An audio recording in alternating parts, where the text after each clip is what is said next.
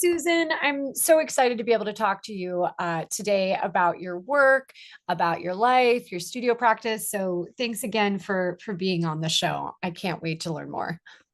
Yeah, thanks for having me. Great. So you guys, I was talking to Susan before we jumped on here, just about how I have been following her work for some time, um, in terms of I'm interested in the process.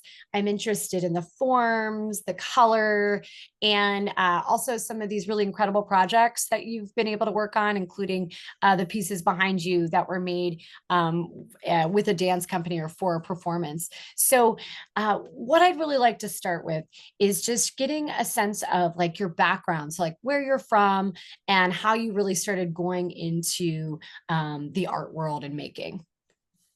Yeah, sure. I grew up in Morristown, New Jersey, which is outside of New York City, a little cute little town. And I was always an arty kid, bad at sports, super shy and weird. So I think, yeah, art was my place. So I was into making stuff, drawing, and I had like a drawer of crafty things that I always liked. And I was into writing stories. I took acting classes, I took dance classes. So um, I just loved it all. And as I got older, I mean, I was a dancer, but which I loved. It was kind of my passion or my first love. I was ballet and contemporary dance, modern dance. Uh, as I got older in high school, it just was really clear that I was better at visual art. It was like the thing I was just good at, and probably the only, it was like the thing I was good at. So I think when I was kind of thinking about college and what I wanted to um, major in, uh, visual art was the clear winner. I knew that to be a professional dancer, you had to be really, really good.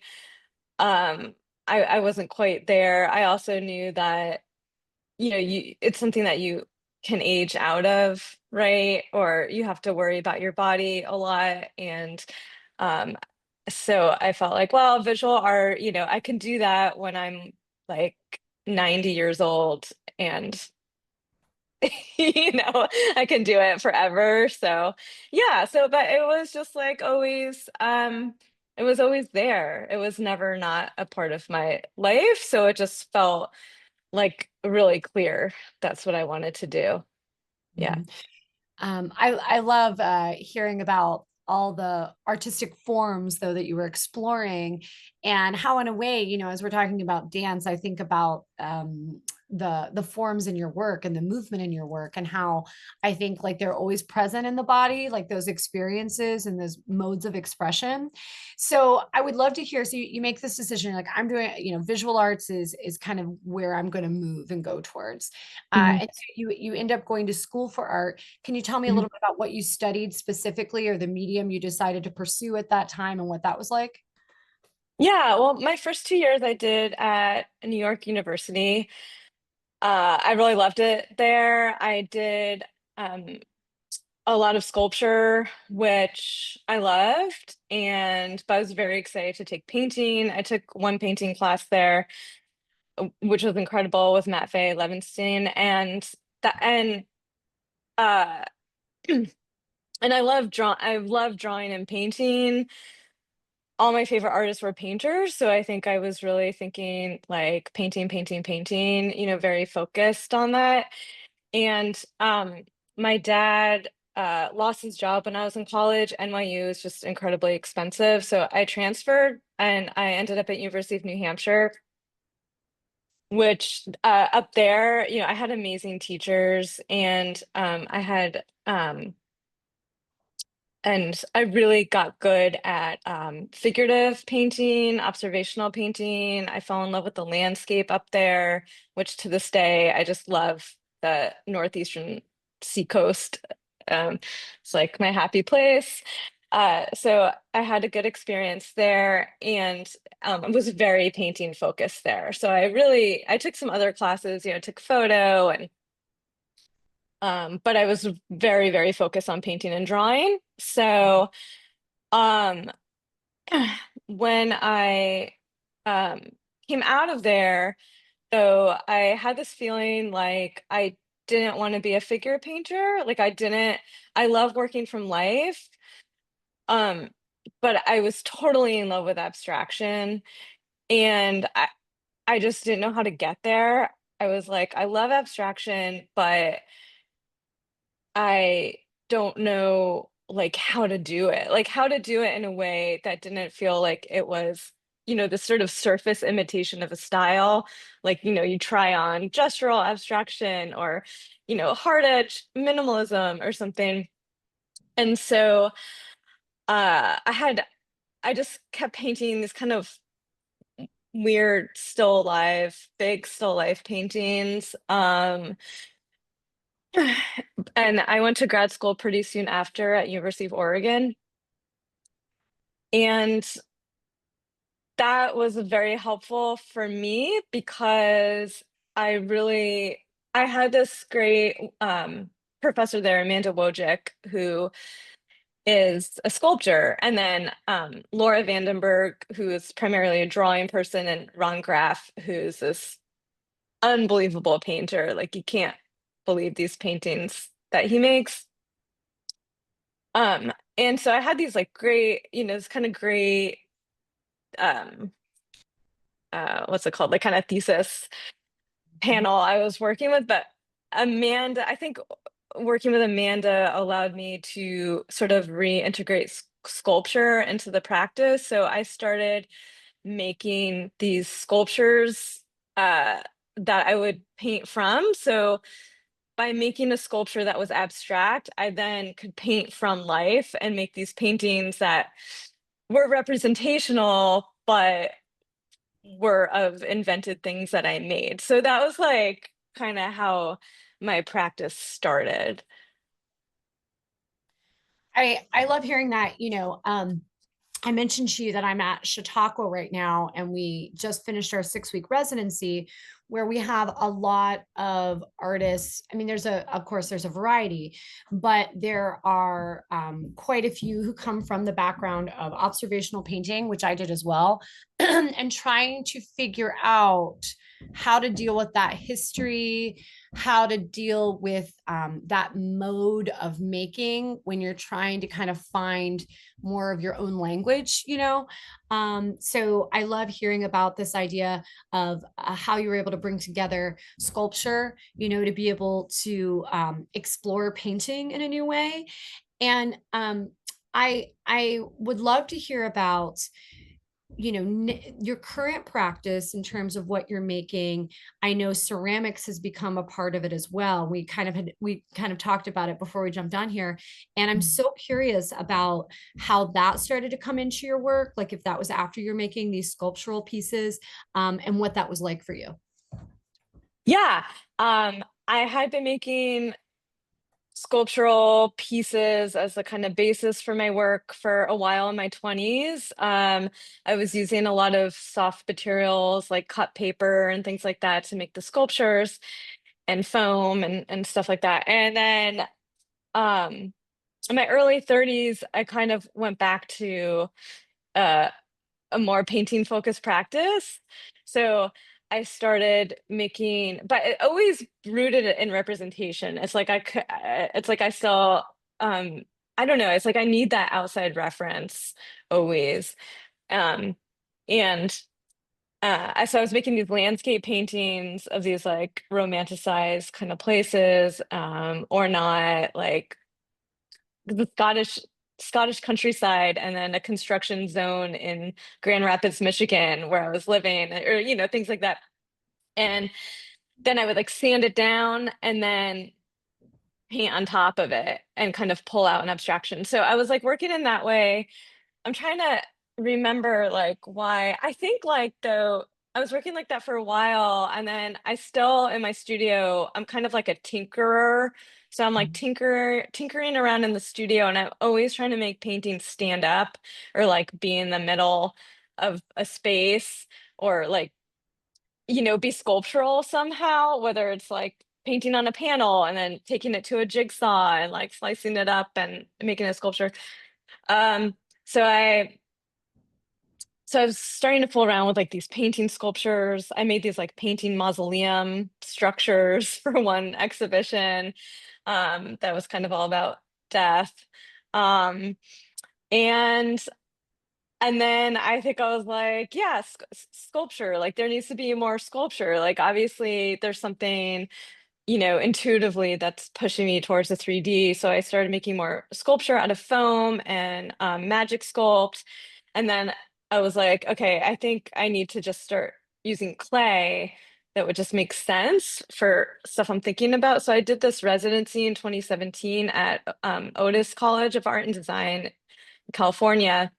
And I got to work in their ceramic studio and kind of sit in on some of their summer classes. And there's a great ceramic tech there who, it wasn't his job to help me, but I'd be fooling around and he would just like walk by and he would be so kindly. He would be like, you might want to try it this way instead of that way, and like give me all these tips. And so then I was like, oh, this material is awesome because it felt like painting to me. It felt, because I'm not like a pre-planner when I paint. It's like when I start a painting, I have no idea what's going to look like when it ends. And clay, with sculpture, you sort of have to plan a little bit more. There's architecture, and you do with clay because there is architecture, but you can kind of build it as it goes. Like, whether you're using, I hand build. So whether I'm using coils or slab building, I can like make these decisions as I go. So it felt like this painterly way of making sculpture. And there's also something about I mean, you mentioned like the body, and the body is such a huge part of my work, and like how I think about making work, even like the body as our intellect and things like that. And I it's like the touch of the paint. I always love that, like how the paint feels going on. It's so delicious. It's like the best. And clay was like that, clay just like feels so good in your hands. And it had that like really similar squishy quality, you know. I don't know whether we're just people that never grow out of the like scatological phase or something. We're just like these adult 3-year-olds wanting to like um so yeah, so I think yeah, so clay just became this like really natural part of my practice and has really, really informed the paintings I'm making now and kind of changed the way I paint. So it's been a really interesting past, I don't know, 8 years, 8 years. Yeah, Oh, of I love clay. I love hearing about it. Clay is something new that I'm starting to explore slightly, and I love what you're talking about, the tactility of it and the slide, of the paint. And there's something similar in this, when with the clay and the touch. So my next question with the clay, so you're building these pieces, mainly you said like using like coils and slab building. Um, can you talk a little bit about the glaze process and color? Because I feel like color is so Mhm. important to you in all of your work. So I'd love to start with like the glazing and then move into more of the painting and pieces behind you. Mhm. Yeah, sure. Glazing, I was glazing a lot when I first started when I very first started, I painted the pieces. Mm. And then I kind of got into glazes, which I love and are really beautiful. I think they're really fun. Um, I got to experiment a lot with glazes when I did this residency a few years ago in New Zealand at Otago Polytechnic. They had a great sculpture tech there who uh, helped me a lot with glazes, and that was really awesome. I like layering them in weird ways and things like that. But then now I've gone back to oil painting the surfaces of the sculpture. And that's not to say I'm never gonna glaze again. I think that's always possible. But for now, I love, um, again, just like bringing everything back to that painting process. And I think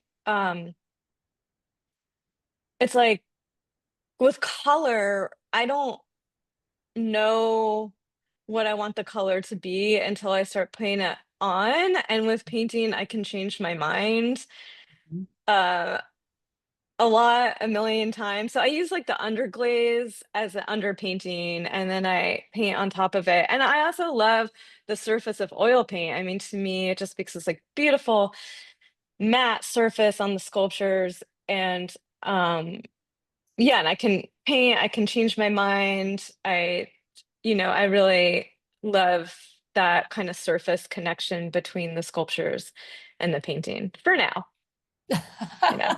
I love it. Because that was the interesting thing with me with clay was the glazes are like magic and I don't Yeah, really know how to wield it at all. yeah, Because I have to respond and I can't yeah, respond in the same yeah, way with the yeah. color. So I love hearing about how you're navigating that in terms of like the 3D work.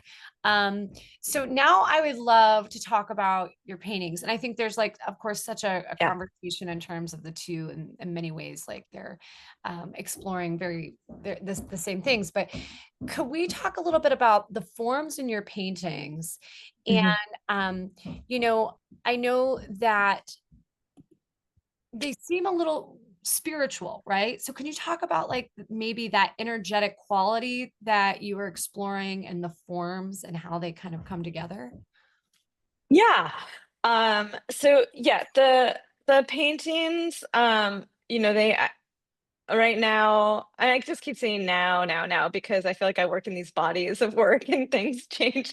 But yeah, for a while they've been moving kind of pretty fluidly between abstraction and representation. So there's both going on in a kind of symbol system or symbolic language. Um, there's this past year, there's been a lot more overtly representational imagery moving into the work, and that just happened. So I also teach, and it always influences my work. It's a huge part of my life. And I taught a summer class in Rome last summer. And so, of course, we're taking the students to look at tons of paintings, tons of art. So looking at a lot of high Renaissance art. And hadn't really thought, I've never been like that interested in Renaissance art before. I mean, like I love, like my favorite Vuillard is like, my two favorite painters are like Vuillard and Elizabeth Murray. You know what I mean? It's like, uh, like, um, and I kind of have more interested in 20th century art, but in thinking about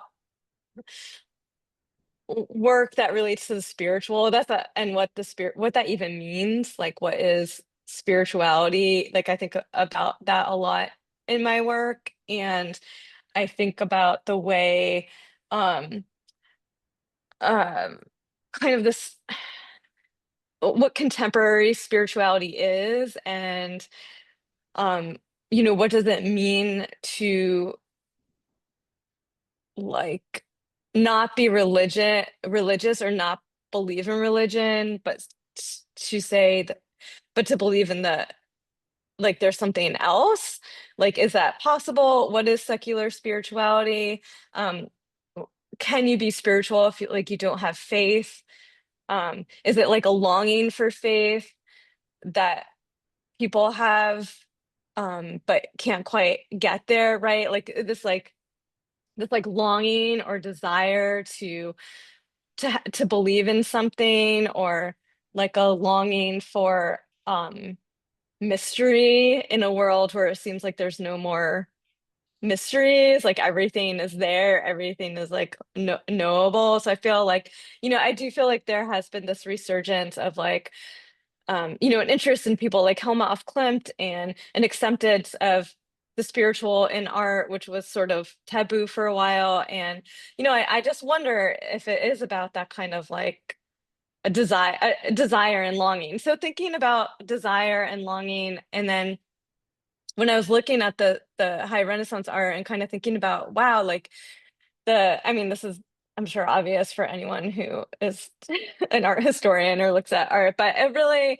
kind of hit me more like how the religious and the erotic are completely intertwined. And in my own work, I had been thinking about kind of the relationship of like a spiritual or religious longing and also sexual desire, or like and creative energy, right? And this creative energy that could be like that can transfer into like a kind of religious generative creation myth, or this kind of like sexual generation, right? And so I think like looking at that work really kind of brought that into focus. I also felt like it gave me permission like to think about bringing more overt bodily forms into the paintings, which I'd already kind of been doing in the sculptures, but now it's just become like um yeah, like it's okay to do or something. Mhm. Um, so I have some things going on that, are completely like, I'm just looking at this painting over my head right now. It's like totally abstract, but the painting next to it has representational Mhm. imagery Mhm. in it. Yeah. I love the back and forth with this too, where the work we create doesn't have to be one thing, right? Like it doesn't have to be one medium, or we can bring in like bodily references or other forms and have them create an entire world for us that we can talk about, like you were talking about, like this idea of longing, of mystery. And I do think it's a really exciting time in the arts because, anything that dealt with that was like so like, Greenbergian thoughts had crushed all of it. Right, right. And you couldn't make work about it. But I think right now, maybe in a response to larger issues that have been in the ethos for some time now, there is this dive into the mystic, into that mystery, that other level that I think is really healthy for artists in a way. I was talking with somebody, I think um, getting rid of any of that exploration or not being able to talk about it, even if people were doing it behind closed doors in their work, I think was really unhealthy for artists in a way, Yeah.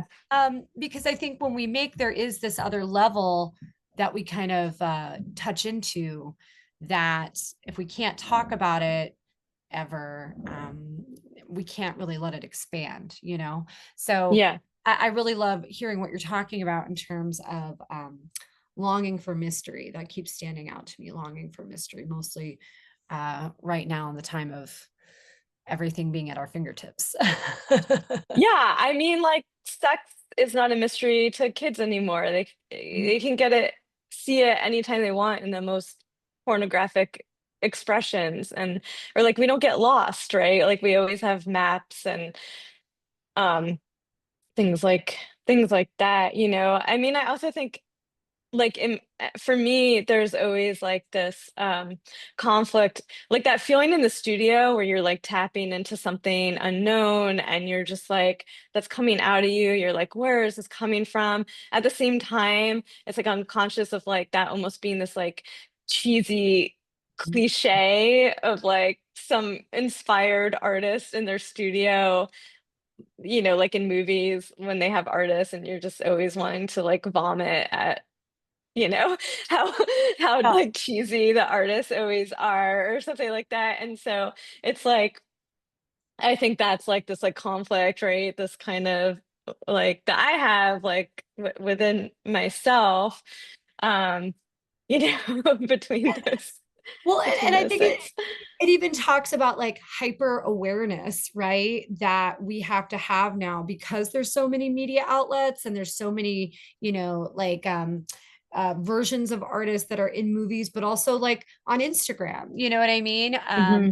And I keep thinking, and again, this is completely Instagram, but the idea of like cringe culture and whatnot. And so Mhm. like in a way, like we've become hyper aware of our actions and thoughts. Like they're not just private anymore, right? Like we're aware that they can play out in other ways. And that's something I think that's really interesting to think about too, in terms of what you're talking about, which is really interesting. Right now I'm looking at your ceramics pieces and they're so Yeah. gorgeous in terms of Oh, like, thanks. yeah.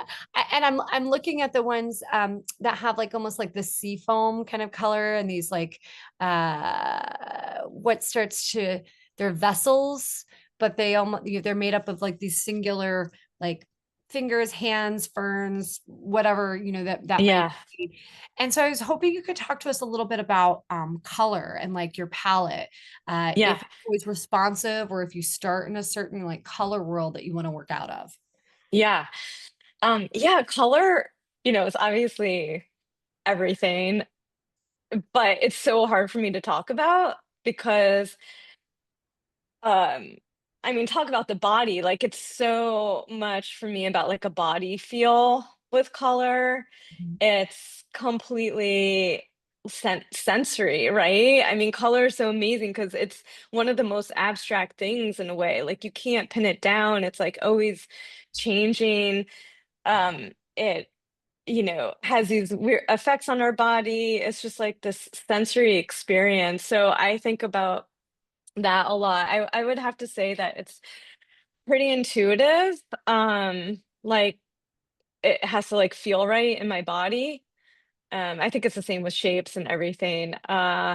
So the color comes from that. It just comes from, yeah, it's responsive. It's like sometimes I am like, okay, let's try to use this, this type of color. Let me try to make a piece that has like less saturated color.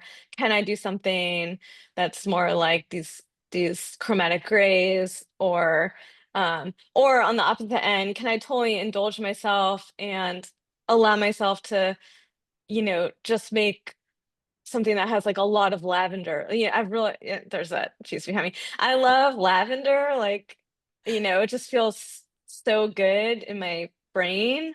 And so but so sometimes I'm like, okay, like, don't use this color. It's a but I feel like the older I get, I mean, this is like the good thing of aging, and I have heard this from older artists, and now I'm kind of experiencing it. You start to just allow yourself, you just like give yourself permission to do whatever the hell you want because you're like, why not? Like, honestly, no one cares if I make this work or not.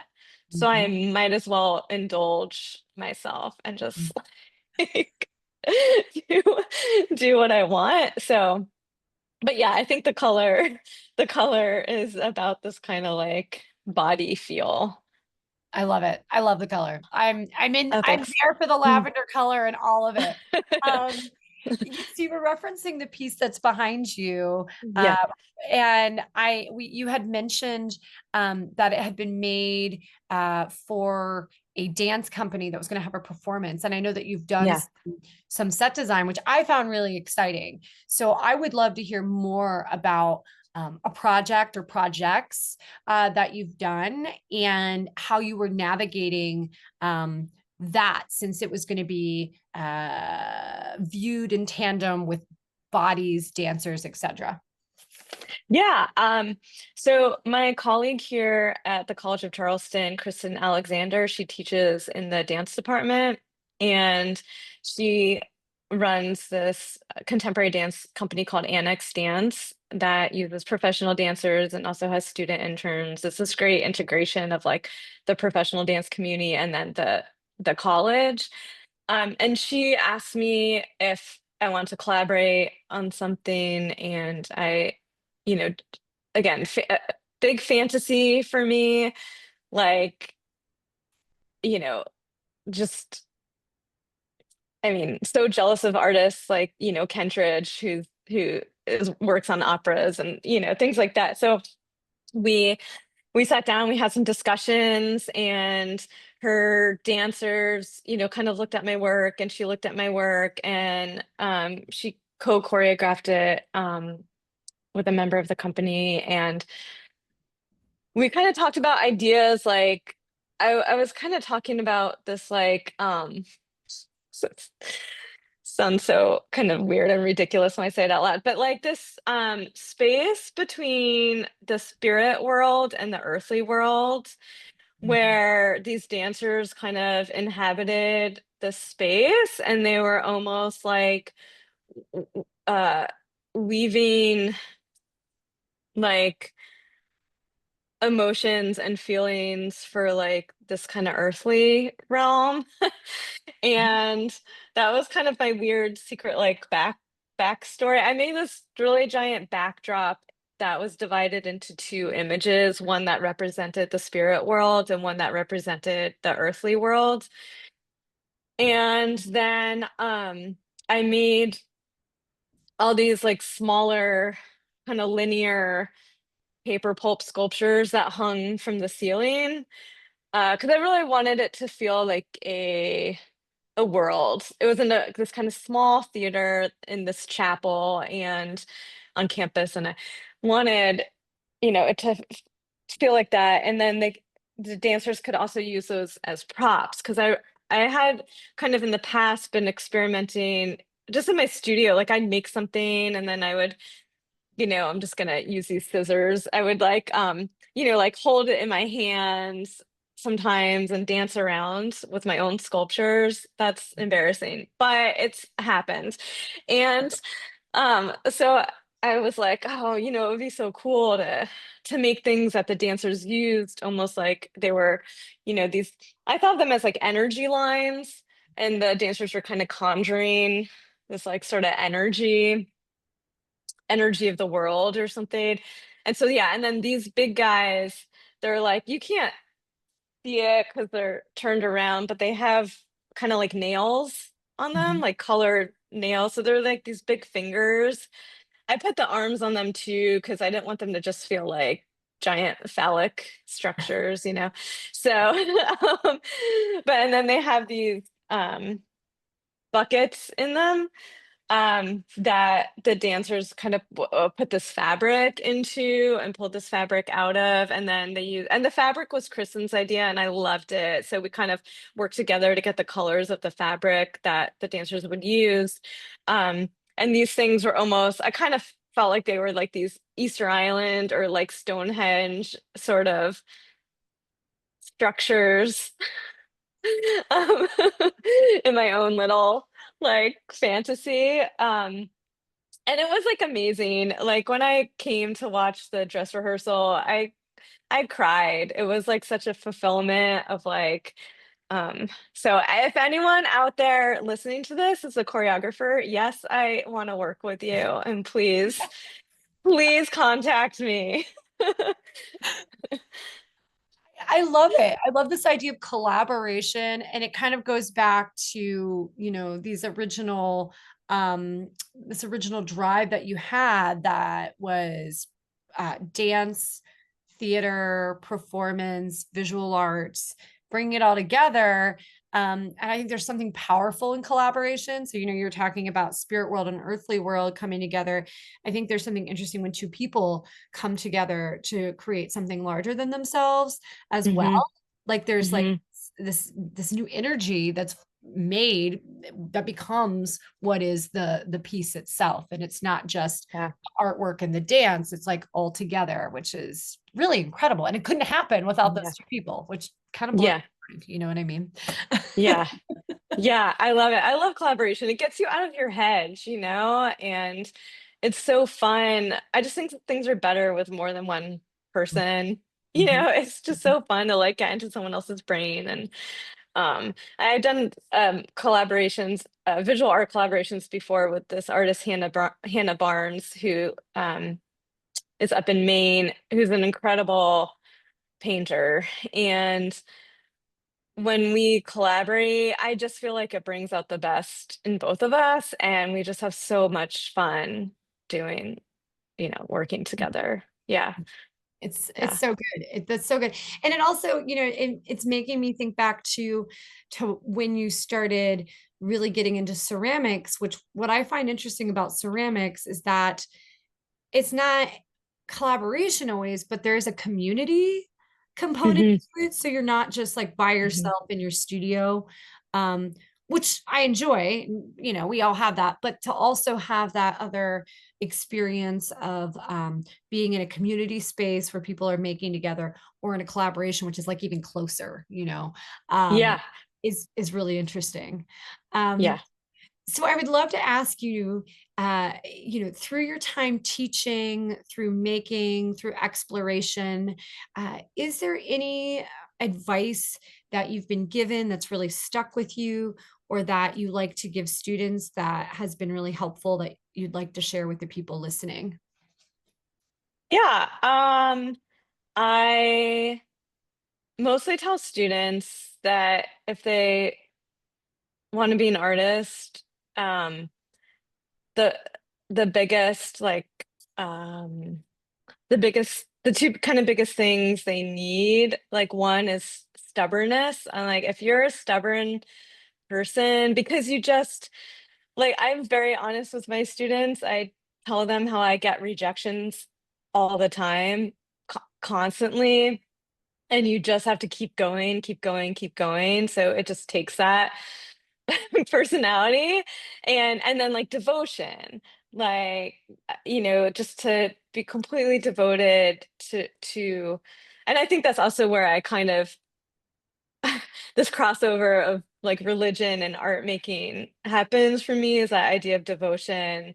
I think of things as like devotional objects, but yeah, just like persistence and care and devotion. And again, I try to be really honest. So I tell them it's not always easy, but I also wouldn't have wanted it any other way.